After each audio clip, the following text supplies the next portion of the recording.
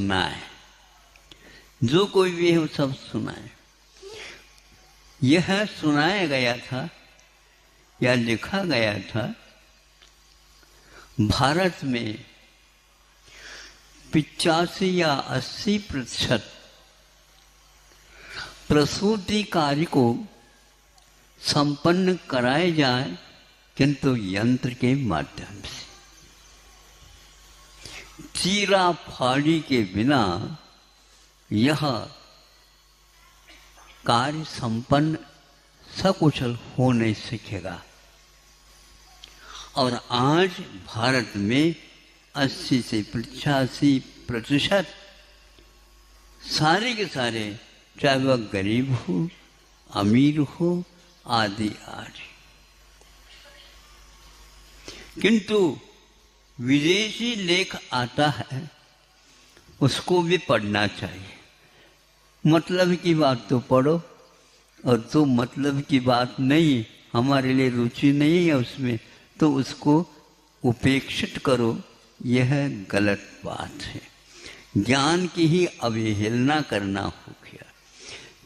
विदेशों में जो प्रसूति का कार्य संपन्न होता है वह 15% मात्र आज हो रहा है। सुन रहे हो?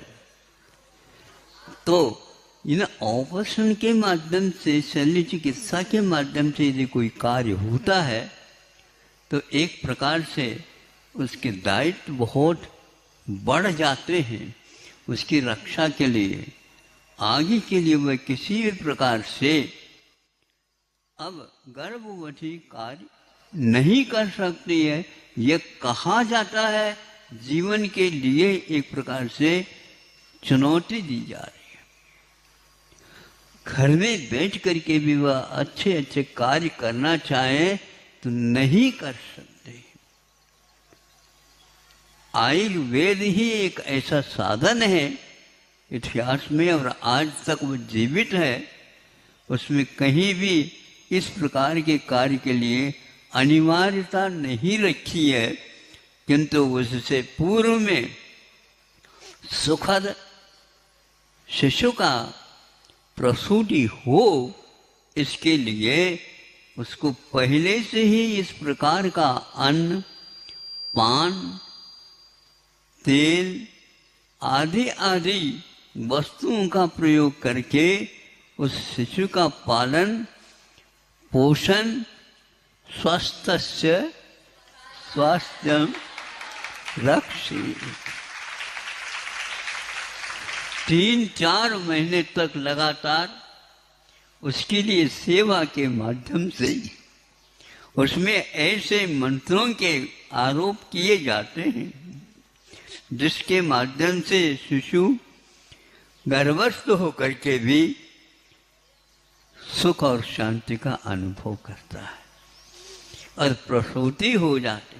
गरीब हो या अमीर हो, अमीर अपने ढंग से अपना आहार तैयार करता है, उसकी अब लिस्ट यहाँ पर लिखनी पड़ेंगे, तब कहीं आप लोगों को याद होगा अथवा समझ में बात आ सकती। ऐसे ही पहले करते थे और प्रतिशत सारे के सारे व्यवस्थित उस गर्भस्थ शिशु को यहाँ पर आकर रखते।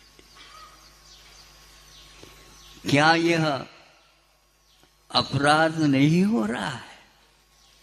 और इसके पीछे लक्ष्य क्या है? शल्य के अनिवार्यता का केवल पैसा पैसा पैसा, जैसा तैसा, कैसा आए, कैसे आए। पैसे से बिक गए आप लोग। इसीलिए हमारा कहना, आयुर्वेद ग्रंथ को आप खोलिए और जिसके पास ये विद्या विद्यमान है उसको आप दीजिए। आपके लिए गृहस्थाश्रम को चलाने के लिए अर्थ तो चाहिए, लेकिन परमार्थ से ये कार्य संपादित होगा। अर्थ ऊपर से बरसेगा, पहले से ही खड़े हैं।